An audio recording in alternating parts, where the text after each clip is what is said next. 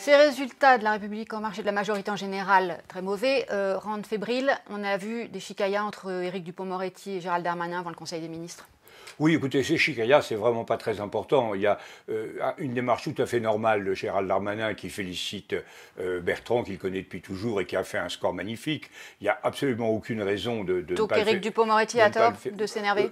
Il a tort, il s'est énervé, ça l'a agacé, il a le sang chaud. Franchement, ces chicayas ont été très traités par la presse, ce qu'on comprend parce que ça n'aurait pas dû avoir lieu, ça a lieu à l'Élysée. Mais c'est pas du tout important. Ce qu'il faut voir à l'avenir, c'est comment la majorité va se réorganiser. Et effectivement, il y a sans doute une indication différente. Dupond-Moretti est un homme qui vient plutôt de la gauche. Gérald Darmanin vient évidemment de la République en marche. Des Républicains. Des Républicains. Et donc, on verra comment tout ça s'arrange. Quand vous dites la majorité, il faut réorganiser, il faut un remaniement?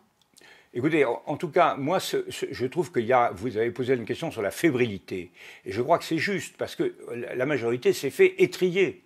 Elle s'est fait étriller. Et personnellement, je n'avais pas prévu que on analyse. Je pensais effectivement que LR serait profondément cassé en deux, que le Rassemblement national ferait un bon score et qu'on aurait une situation telle qu'on l'analysait tous avant, la majorité RN et une gauche. Bon, et ça ne s'est pas passé tout à fait comme ça. Et pour les gens de la majorité, que ce soit ceux de la République en marche ou ceux du MoDem, il y a une vraie réflexion dans la perspective des présidentielles. Quelle sera la majorité de demain? Je ne pense pas que nous ferons une majorité à nous tout seuls. On a réussi cet exploit en 2017. Je serais surpris, même si, ce que je crois profondément, Emmanuel Macron a toutes ses chances d'être élu, je pense qu'on aura un problème de majorité.